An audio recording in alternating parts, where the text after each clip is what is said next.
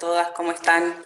Nos agarró más flaca la tarde, pero tenemos unas buenas mesas, así que esperemos poder compartir experiencias, hagámoslo participativo, como dijo Gaby. Está bueno que nos vayan preguntando o contando algunas situaciones y lo vamos conversando. Voy a intentar compartir pantalla, a ver si me sale. Ahí va, ¿lo pueden ver? Ahí está. Sí, Dani, se ve bien. Vale. Bueno, nuestra idea es poder empezar contándoles desde el equipo de restitución de derechos de personas mayores cuál es nuestra tarea cotidiana, qué es lo que hacemos, cómo está conformado el equipo, y después poder contarles acerca de dos situaciones en particular que hemos estado trabajando, en articulación con los juzgados, y con otras áreas del municipio, en pos de también poder ir revisando nuestra práctica, las intervenciones, cuáles son los interrogantes, cuáles son las dificultades, los obstáculos que nos encontramos a la hora del abordaje de las situaciones de violencia y maltrato con lo complejas que son.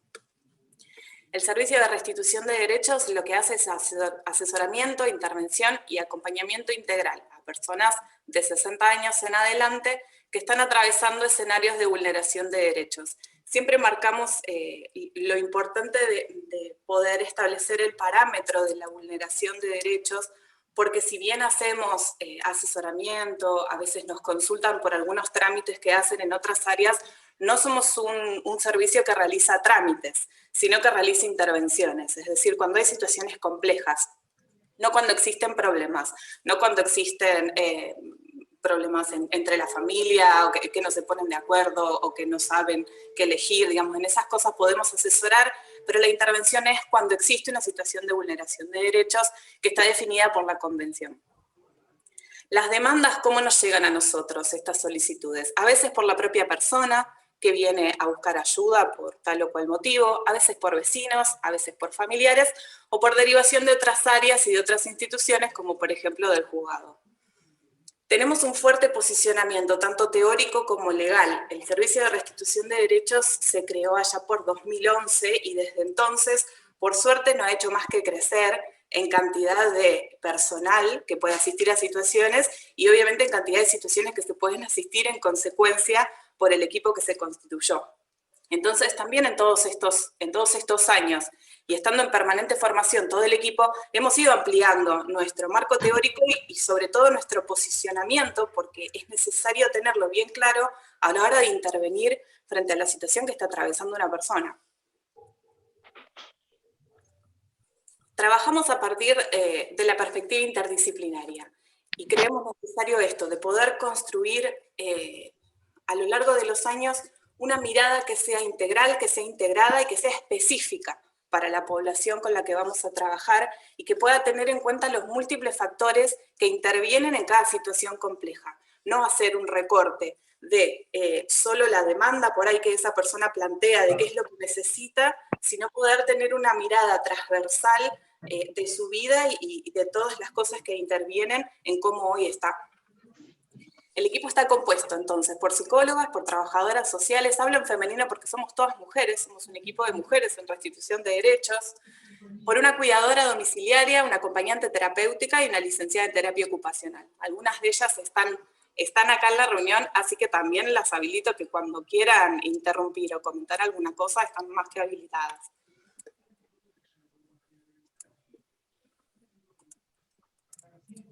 Bueno, me quedo con estos firuletitos que nunca se lo puedo sacar. Bueno, hablábamos de la perspectiva interdisciplinaria antes, en esto de poder tener en cuenta los múltiples factores que intervienen, porque las situaciones son tan complejas que no pueden ser abordadas desde una sola perspectiva. Y tampoco es la sumatoria de yo como psicóloga vengo a aportar esto, mi compañera como trabajadora social esto, sino que tenemos que poder lograr como una mirada integrada, que vea mucho más allá de la sumatoria de esas distintas disciplinas para poder abordar esa situación compleja. Y por otro lado, trabajamos fuertemente desde el posicionamiento del modelo de atención centrada en la persona, con todos los obstáculos y las preguntas que este modelo nos trae en escena a la hora de intervenir, a la hora de dialogar. Nos parece importante trabajar desde este modelo porque profundiza sobre todo la autonomía de cada persona mayor y porque cada plan de intervención es en conjunto con esa persona, considerando su historia, sus necesidades, sus atravesamientos culturales, su red vincular, sus deseos, sus no deseos.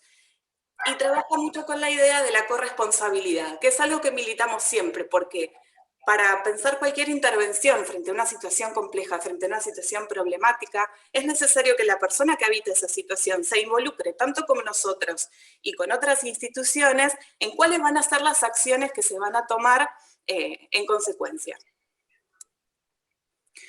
Bueno, este es el marco legal con el que trabajamos, que acá no me voy a detener a desarrollarlo, pero sí son las leyes que nos vienen a servir y que vienen a marcar nuestra práctica, vienen a marcar y a enmarcar cuál es nuestra práctica, y con las que permanentemente nos vinculamos con el Poder Judicial cada vez que vamos a consultar, bueno, esto está dentro de la ley o no, esto es posible o no, esta situación que no está del todo contemplada, ¿cómo la podemos pensar?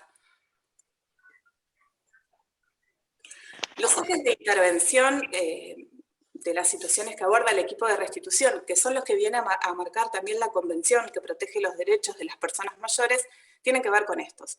Independencia y autonomía, fortalecimiento de redes comunitarias y familiares. Esto es lo que más trabajamos, porque no es sin la posibilidad de establecer redes que ninguna situación puede girar hacia un cambio. Seguridad psicofísica y no violencia, sobre la identidad, tenemos muchas situaciones de personas mayores de más de 70, más de 80 que están indocumentadas, que han quedado afuera de todo sistema por muchísimo, muchísimo tiempo. Sobre la seguridad social, hábitat y vivienda, acceso a la salud y acceso a la protección judicial efectiva. Esta otra vez el firulete. Bueno, pero queda lindo, Dani. Sí, hay un espacio, así respiro.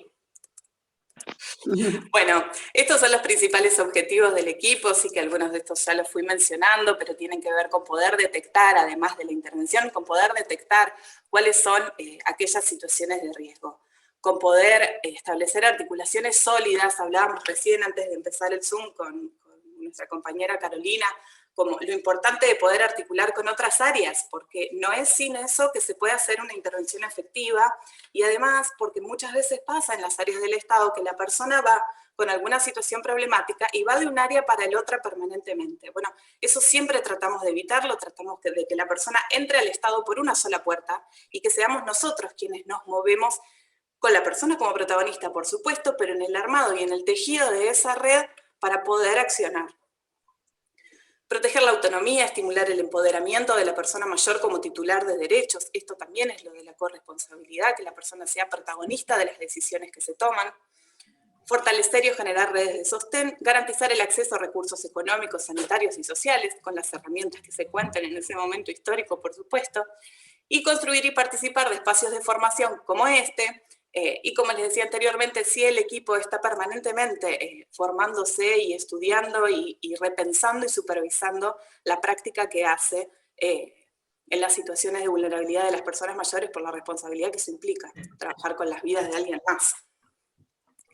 Bueno, este cuadro, que si bien es medio raro, ilustra un poco cuáles son las principales demandas que el equipo de restitución recibe. Asistencia integral, que es el mayor porcentaje, tiene que ver cuando existen varios derechos vulnerados, cuando la consulta no es por algo particular, sino que la situación es más compleja. Las situaciones de violencia, que es lo que hoy nos trae a este panel, es el segundo motivo de consulta.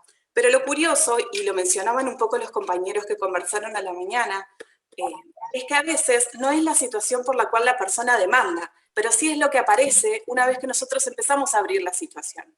Quizás la demanda llega por asistencia integral, por asistencia en alimentos, porque no tienen acceso a la salud, por algo habitacional, pero cuando nosotros vamos a hacer esa visita a la casa de esa persona y empezamos a desenredar un poco de qué se trata la situación, muchas veces empiezan a aparecer estas situaciones de violencia, estas situaciones de abuso, que están invisibilizadas, que están naturalizadas, que no se pusieron en tensión, y ahí es donde nosotros empezamos a trabajar.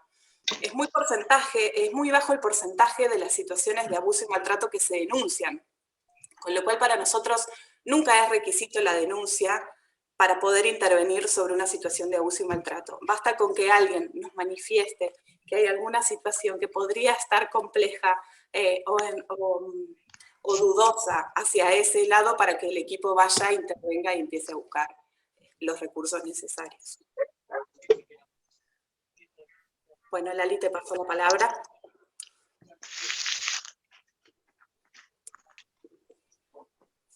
Bueno, hola, saludos a todos. Mariana Barrena, soy la trabajadora social del equipo de restitución, pero bueno, me conocen como Lali, así que me van a escuchar que me nombran así. Bueno, la idea era explicar un poco la parte teórica de cómo se entiende el abuso y maltrato en la vejez, como para tener una base más amplia, y a partir de ahí es como uno interviene, ¿no? Desde el desconocimiento, si no sería imposible. Nos basamos obviamente en la convención, la que entiende por violencia contra la persona mayor cualquier acción, pero bueno, o conducta que cause muerte, daño o sufrimiento físico, sexual o psicológico a la persona mayor, tanto en el ámbito público como privado.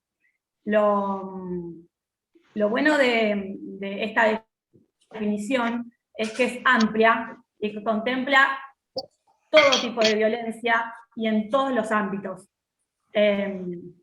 Quizás uno en mente, desde el desconocimiento, piensa en la violencia como en un ámbito privado, piensa en la violencia en una cosa física, y bueno, no es poca cosa que la Convención haya ampliado esta definición y que todos la tengamos en cuenta al momento de pensar la violencia, en este caso, contra las personas mayores.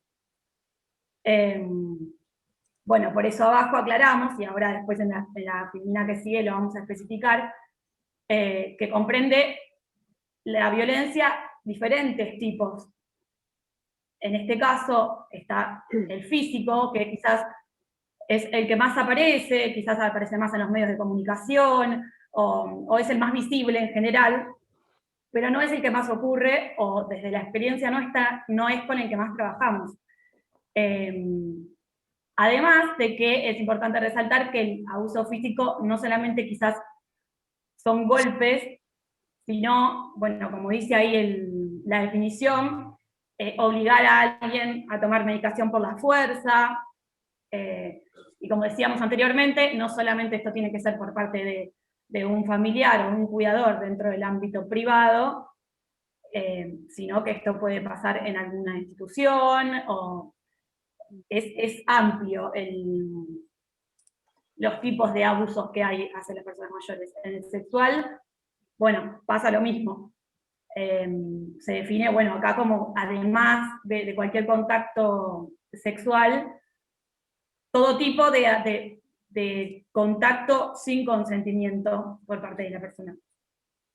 Después, abandono, abuso económico, negligencia, abuso psíquico, quizás no son los más hablados, pero sí son los más trabajados por nosotros, porque como decía Dani recién, nosotros al meternos en las casas, en las familias, cuando hacemos las visitas, que quizás nos llega la situación por otro motivo, pero al inmiscuirnos en el mundo privado de las personas, nos damos cuenta que aparecen este tipo de violencias que quizás no son registradas ni por la propia familia, ni por la propia víctima.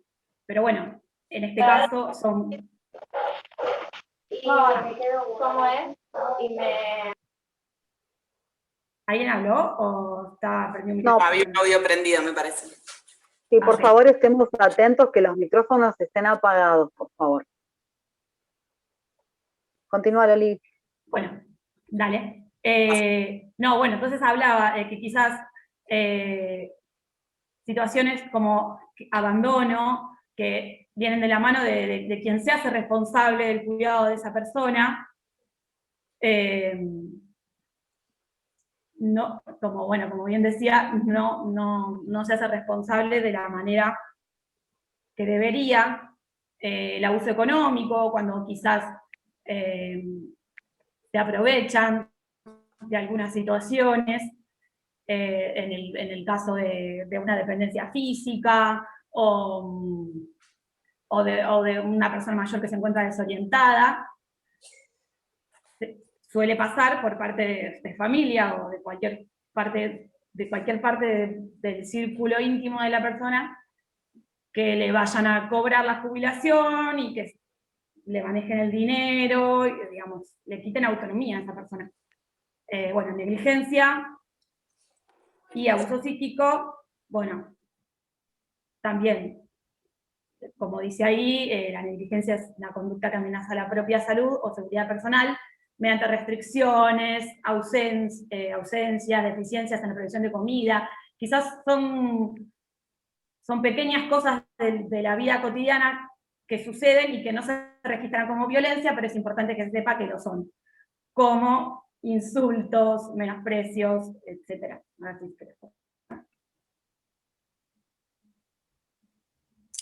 ¿Pasó? Sí, dale. Bueno, lo estoy intentando. Ahí está.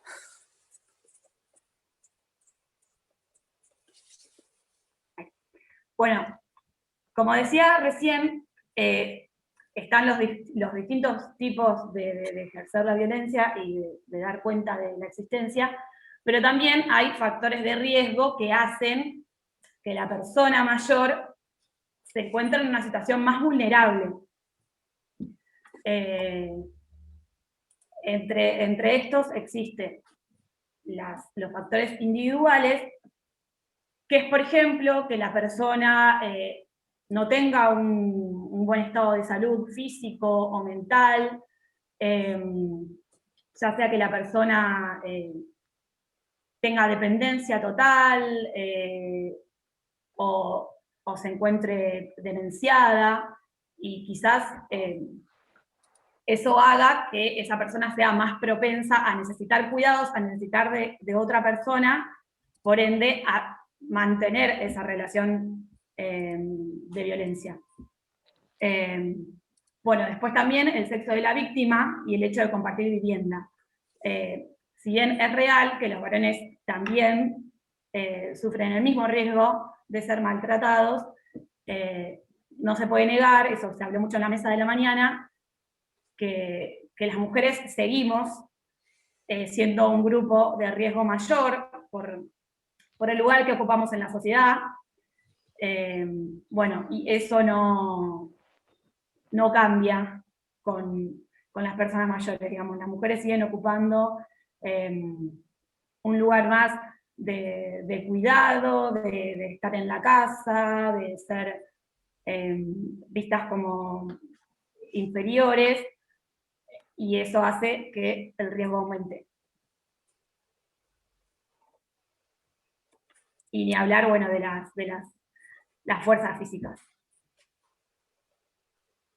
En el caso de los factores de riesgo relacionales, bueno, como igual decíamos anteriormente, el de compartir vivienda con la persona, quizás pasa mucho esto de la dependencia que quizás la persona tiene y que necesita de vivir con alguien más allá de estar viviendo una situación de violencia. No me quiero mezclar con lo que digo, pero muchas veces eso es parte del no animar a denunciar, de no animarse a pedir ayuda, porque quizás vos necesitas a esa persona para ciertas tareas de la vida cotidiana, y entonces se conjuga un miedo a la soledad, un miedo no sé, a una institucionalización en el caso de que no lo quieran, no lo deseen. También la relación de afecto que se puede llegar a tener con el agresor hace que quizás muchas veces no se denuncie, ni siquiera se registre la situación de violencia. Y en el caso de las mujeres, bueno, quizás las mujeres que que se van incorporando al mundo laboral y que dejan de lado ese lugar de cuidado que se les había asignado, hace que se genere una situación de violencia también.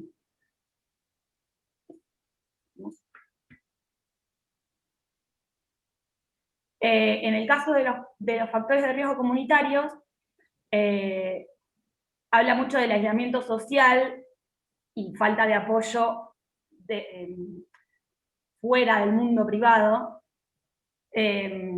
Y bueno, este factor de riesgo, digamos, está definido antes de la pandemia, pero uno no puede dejar de pensar que se agravó muchísimo más en este contexto que estamos viviendo, y que mucha gente se encontró en situaciones de violencia y con miedo dentro de su propio hogar, pero también con miedo a lo que estaba pasando afuera, a lo que se estaba viviendo. Nos encontramos nosotros como profesionales interviniendo con dificultades para acercarnos a esos hogares, para relacionarnos con otras instituciones, para poder trabajar en conjunto. La pandemia en general nos hizo replantear un montón de cosas, pero bueno, la violencia en particular fue en un momento muy hablado de lo que se generaba puertas para adentro, ¿no?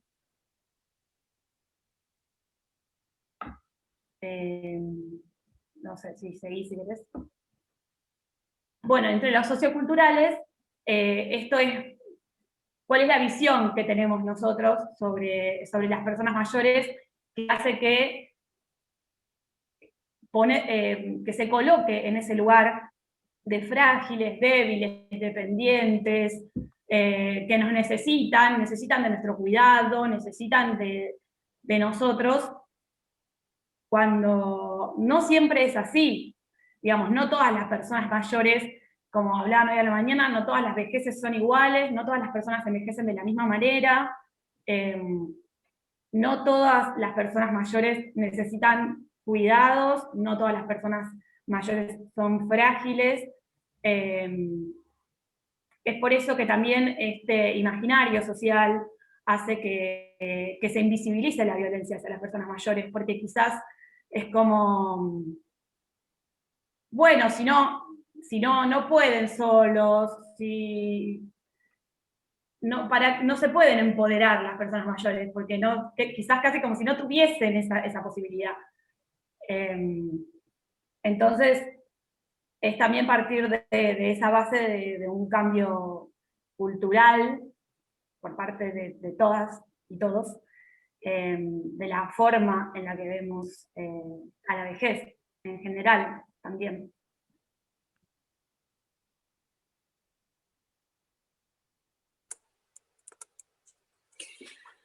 Bueno, ¿vamos bien con el tiempo, Gaby? No, tenemos que apurarnos un poquito, ¿no? Faltarían 10 minutos para que ya cierren. Bueno, le metemos pata. Los iba a anticipar. Queremos compartir con ustedes, como para ir cerrando, pero para no hablar solo desde lo teórico, sino desde el territorio, que además es donde está ahí nuestro fuerte y nuestra experiencia, cómo vamos abordando algunas de las situaciones de abuso y maltrato con las que nos encontramos. Elegimos dos, una es la de una señora que la vamos a llamar Ada, la otra la va a contar Mariana, que es la de Margarita. Lo que nos parece importante resaltar de todo esto que venimos diciendo, además, es muchas veces nos dicen, bueno, ¿cuál es el protocolo de actuación frente a una situación de violencia? No, nosotros no tenemos protocolo, digamos, si pudiéramos protocolizar, tiene que ver con escuchar, es sentarnos a escuchar qué es lo que le pasa a esa persona, qué es lo que pasa a esa situación, a esa persona y su grupo familiar, porque siempre, y sobre todo en las situaciones de violencia y maltrato, tenemos que poder pensar a la persona inserta en su contexto, no es sin eso. Con lo cual la intervención siempre va haciendo paso a paso con la situación particular que esa persona habita. Bueno, la situación de Ada es una situación muy larga, así que la voy a contar brevemente. Es una situación que venimos trabajando hace bastante. que como les decía antes, a veces la demanda no llega por la situación de violencia, sino que llega por otra cosa.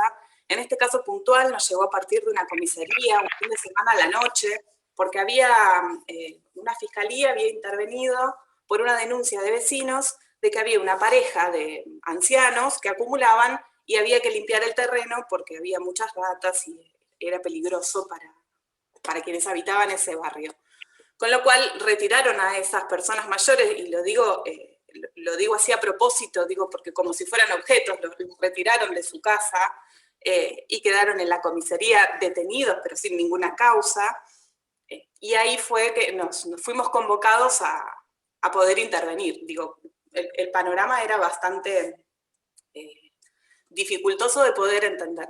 Bueno, cuando nos encontramos con esta pareja, vemos que el señor, que no era adulto mayor, tenía 58 años en ese momento, estaba en un episodio de excitación psicomotriz, de descompensación psiquiátrica. La mujer, Ada, estaba muy nerviosa, tratando de calmarlos, tratando de historizar lo que había sucedido, pero con mucha dificultad.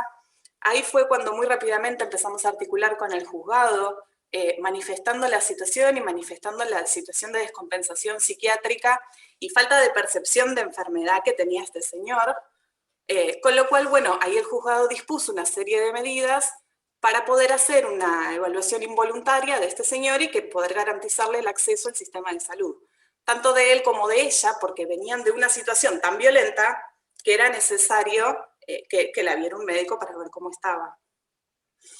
Bueno, ahí fue toda una serie de articulaciones, porque suena, uno dice, bueno, evaluación involuntaria, parece que se los traslada a un sistema de salud y listo. Y la verdad es que es casi un Tetris empezar a articular con un lugar y con el otro, con el servicio de ambulancia, sea del municipio o sea privado, con la clínica que los va a recibir, con la policía que esté de turno, con las personas, porque además hay que poder acompañar esa situación que es violenta en sí misma para que se lleve a cabo semejante intervención. Bueno, luego de esto el señor queda internado en la clínica y la señora va a vivir, mientras se acomodaba la cuestión habitacional, con unos familiares. Cuando vamos a hacer el seguimiento, se anima a relatarnos que sí estaba habitando una situación de violencia, que este señor la golpeaba, le gritaba, no la dejaba manejar su dinero, no la dejaba a veces visitar a los familiares o mantener conversaciones telefónicas. Los familiares nos relataban que, bueno, esto los ha ido alejando con el tiempo de ella, y que si bien le han ofrecido quedarse con ellos, ella finalmente vuelve a la casa. Comenzamos con todo el tiempo que nos dio la internación de este señor, que fue prolongada, fuimos trabajando como muy lentamente en el proceso con Ada, para que ella pudiera empezar a visualizar esta situación de violencia y ver si podíamos sembrar en ella algún deseo de cambio, porque la habituación es tal a veces en estas situaciones que si bien perciben que están en una situación desfavorable, no pueden percibir el riesgo inmediato en el que están y mucho menos toleran cualquier acción dirigida al cambio. En ese momento, y estando la pareja internada, ella había accedido a participar, ahí articulamos con la Secretaría de Mujeres, había accedido a participar de algunos grupos y articulamos con el otro equipo nuestro, el de promoción, para que pudiera participar de algunas salidas y empezar a tejer alguna red social que pudiera sostener a ella en esa decisión. Sin embargo, cuando le dieron el alta al señor, ella regresó a la casa con él, manifestando que ella tenía que cuidarlo, porque al haber además de la situación de agresividad, una cuestión de salud mental, por eso hablamos esto de la mujer como el rol de cuidadora, que lo puntualizaron muy bien a la mañana, ¿no? Como, bueno, pareciera que su rol de mujer y de pareja, y el compromiso que ella tomó, ese de para toda la vida, la obligaba de alguna manera a tener que estar ahí al cuidado de él. Con lo cual fue, bueno, muy difícil el trabajo en el posterior con ella, porque nuevamente empezó la situación de acumulación, por supuesto que se reanudó la situación de violencia, de maltrato, tanto físico como verbal. Trabajamos mucho con los familiares progresivamente se volvieron a alejar de la situación por el desgaste que provoca, por la ruptura, el aislamiento que termina provocando estas situaciones en los vínculos.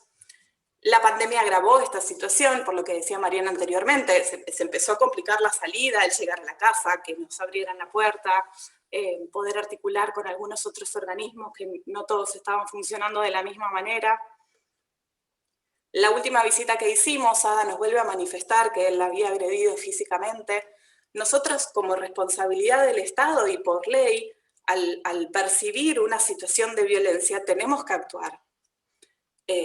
Con lo cual volvimos a articular con el juzgado y con mucha apertura trabajamos en una intervención pensada y en conjunto desde los dos organismos, porque había dos cuestiones que atender. Por un lado, la salud mental del señor, porque estaba nuevamente descompensado, y por otro lado, la situación de violencia y el acompañamiento de esta señora, que estaba en una situación de fragilidad total.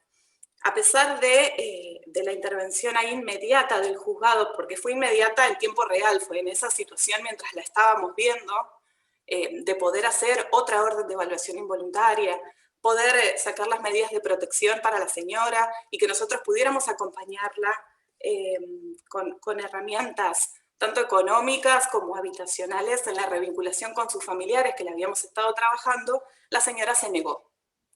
Entonces eso nos hace provocar, nos provoca un montón de interrogantes frente a, por un lado, es nuestra responsabilidad como Estado intervenir, pero por otro lado, encontrarnos con la negativa de la señora de continuar adelante la intervención, no podemos seguir, porque justamente estamos violentándola de vuelta, pasando por arriba su principal derecho, que es el de la autonomía, el de la capacidad de decisión, entendiendo que está atravesando una situación de la que es muy complejo salir y de la que el proceso de cambio lleva mucho más tiempo real del que nuestro deseo como profesionales es, pero así todo ahí nos encontramos con el límite de la intervención.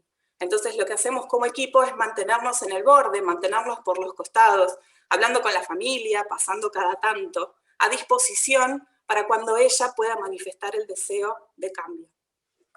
En principio, celebro muchísimo esta convocatoria, me parece que es muy enriquecedor todos estos encuentros, y agradezco especialmente a la gente, el personal de la Dirección General de Personas Mayores que me hayan convocado para poder participar de este espacio. Yo soy titular del Juzgado de Familia número 4 de Quilmes, hace medianamente año y medio. Con la pandemia para mí son como 7, 8 años más o menos, pero bueno, hace muchos años de todas formas que estoy en el Poder Judicial, más precisamente en el Foro de Familia.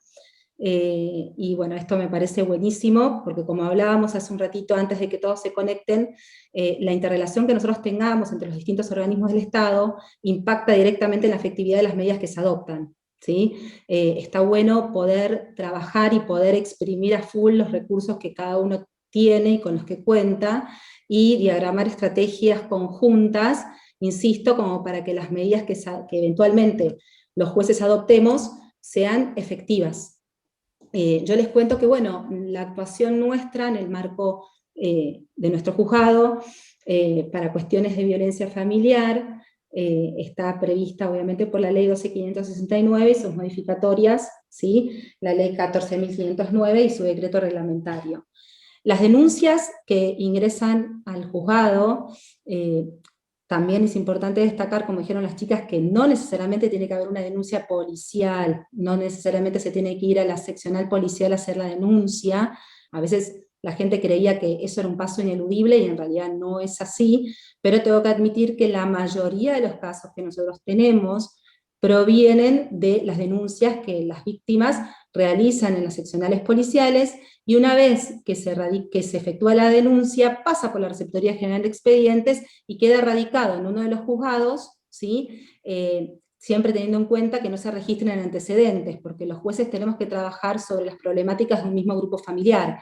No, a veces es hasta arriesgado y podemos llegar a adoptar resoluciones contradictorias si el juzgado 4 trata una denuncia y al mes hay otra denuncia contrapuesta y la trata otro juzgado. Entonces, hay una función muy importante de parte de la Receptoría General de Expedientes que tiene que ver con la búsqueda de antecedentes en relación a un mismo grupo, ¿sí? El juzgado está conformado, bueno, por mí como titular, por mis funcionarios, con los secretarios, los consejeros de familia, los empleados, y un equipo técnico que para este tipo de cuestiones es fundamental. El equipo técnico está conformado por un perito psiquiatra, por 2 asistentes sociales y 3 psicólogos. Gracias a la intervención de ellos, nosotros podemos tener las herramientas necesarias como para adoptar medidas. Cuando tratando el tema puntualmente de la vejez, ¿sí? Y de los adultos mayores involucrados en una denuncia por violencia familiar, insisto que si bien la ley al hablar de grupo familiar es muy abarcativa, ¿sí? Pueden ser cónyuges o convivientes o exconvivientes, descendientes, ascendientes, colaterales y hasta inclusive novios o exnovios. Mi actuación o la actuación nuestra es en el ámbito del grupo familiar, ¿sí? Eso necesito que quede claro, porque quizás hay otras cuestiones que se pueden llegar a abordar, pero ya a través de otros procesos, como por ejemplo una protección de persona. Pero para poder adoptar medidas en el marco de esta ley de violencia familiar, la violencia familiar se tiene que dar en ese grupo, en ese ámbito, ¿sí? Por supuesto que conforma todos los tipos de violencia que las chicas detallaron y que no me voy a poner a repetir porque lo dijeron perfectamente bien. La violencia no solamente es física, es psicológica también, puede ser por acción, por omisión, pero bueno, cuando un adulto mayor es situación de vulnerabilidad, porque no nos olvidemos que una persona o una mujer de 60 años puede ser perfectamente autónoma e independiente para ir y practicar una denuncia, pero tenemos que ser muy cautelosos al momento de leer y recepcionar esas denuncias. De ahí también la necesidad de que las seccionales policiales o la persona que la recepciona sea muy clara al momento de volcarlo, porque en principio es el primer elemento que nosotros tenemos y contamos para poder trabajar de la mejor manera, ¿sí? Entonces, cuanto más detalle haya y más claros sean los hechos, es mucho más fácil para las personas que tenemos que decir poder adoptar medidas.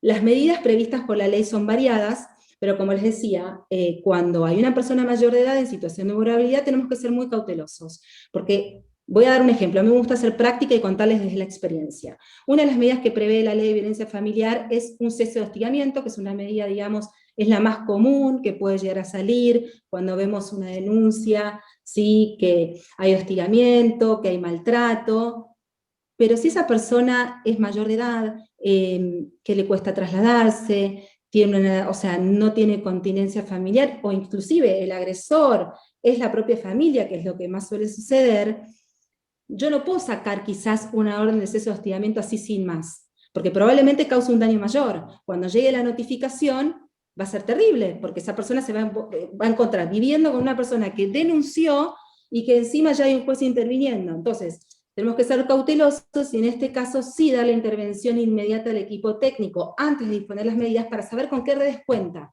Ahí es por lo general cuando yo me comunico siempre con Daniela y el resto de las chicas del equipo que son amorosas y están siempre al pie del cañón, para más o menos, más allá de la intervención que disponga de mi equipo técnico, trabajar de manera conjunta y ver cuál es la situación concreta de esa persona, porque no sea cosa que se adopten medidas que terminen siendo perjudiciales. Hablando mal y pronto, no sé, apagar el incendio con nafta, ¿sí? Entonces, hay que ser muy cauteloso al momento de leer esas denuncias y establecer qué tipo de abordaje vamos a hacer, ¿sí? Les decía, las medidas son variadas, van desde un cese de hostigamiento, una restricción de acercamiento, la exclusión del hogar del agresor o de la agresora, por lo general obviamente son hombres los agresores, o los violentos, el botón antipánico, que también tengo que reconocer la gran tarea que hay en el municipio, en cuanto a no solamente la cantidad disponible, sino también que ya de por sí cuando van a las comisarías ya se los otorgan, más allá de, o independientemente de que nosotros podamos ordenarlo, hasta inclusive contamos con dispositivos duales para casos extremos, y antes de adoptar, como les decía, esta medida, interviene el equipo técnico. La víctima por lo general es citada, pero en los casos de adultos mayores, en realidad en vez de venir al juzgado, procuramos que el asistente social vaya al lugar donde residen, haga una evaluación y se disponen las medidas. También es importante destacar la forma en que se efectivizan las mismas. No lo voy a hacer quizás a través de un oficio de la comisaría para que vayan y ordenen la exclusión. En este caso, tratándose de adultos mayores, lo hacemos con personal de la Secretaría de Mujeres y Diversidades, puede ser también con personal de la Dirección General de Personas Mayores, con un asistente social del juzgado, ¿sí? Porque si no, por lo general es una situación muy traumática también para la persona que hasta inclusive le costó muchísimo pedir ayuda, ¿sí? Y denunciar en ese sentido. No nos olvidemos que por lo general una persona dice, bueno, pero ¿cómo voy a denunciar yo a mi propio hijo? Y quizás está conviviendo con una persona que verdaderamente vulnera ampliamente todos sus derechos y violenta constantemente. Es muy difícil, por eso al momento más allá de disponer la medida, en pensar en cómo se va a efectivizar. Yo creo que es más importante quizás eso, porque la ley es clara, tenemos las herramientas a disposición, tenemos las medidas que podemos adoptar, pero el tema para mí radica puntualmente en cómo se efectivizan. Y eso, insisto, tiene que ver con la articulación y el despliegue de estrategias que nosotros hagamos conjuntamente con los otros órganos. Hemos trabajado, Carolina, lamentablemente... Interesante lo que decís, lo de efectivizarla, ¿no? Me gustó esa parte. Es que... ¿Quién está hablando? ¿Gaby? Gabriela, sí, porque acá no veo estoy. bien. Estoy. No, sí. me interesaba esta... Me encantaría que sea participativo. Si esto es participativo, para mí mejor, porque yo hablo más que nada desde la experiencia, creo que si voy muy a la teoría, es una lástima porque podemos perder en tiempo en cuestiones que no tienen tampoco por qué necesariamente saber exhaustivamente lo que dice la ley, sino los problemas con los que nosotros nos encontramos y la manera de enfrentarlos y tratar de solucionarlos. ¿Sí? Me parece que eso es mucho más importante, así que los que quieran hacer alguna pregunta o tengan alguna duda, yo encantada, en la medida de mis posibilidades y que pueda responderla, lo voy a... Acá en el chat dice, Carolina, dice, la aplicación Mi Seguridad puede ser una herramienta para sumar si hace falta realizar una denuncia. Por supuesto, las denuncias se pueden canalizar hasta inclusive verbalmente, ¿sí? Insisto en que no es necesario dirigirse a la seccional policial, el canal más, asiduo es ese, por supuesto, ¿no? Pero a nosotros nos llegan denuncias, hasta inclusive ahora cada juzgado tiene un celular de turno, ¿sí? En el que está publicado en la página de la Corte, y cada juzgado hemos recibido hasta inclusive denuncias por WhatsApp.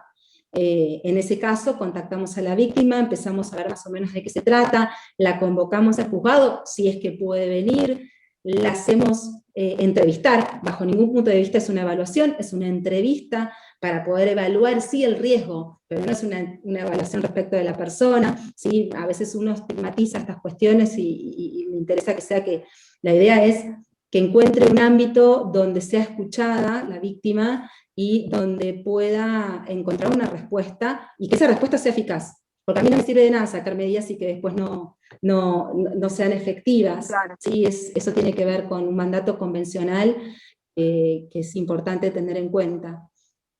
Carolina, ¿qué pasa si va al juzgado una nieta, suponte, va una nieta refiriendo que a la abuela alguien le está pegando? ¿Eso lo toman como una denuncia? ¿De qué, cómo se interviene?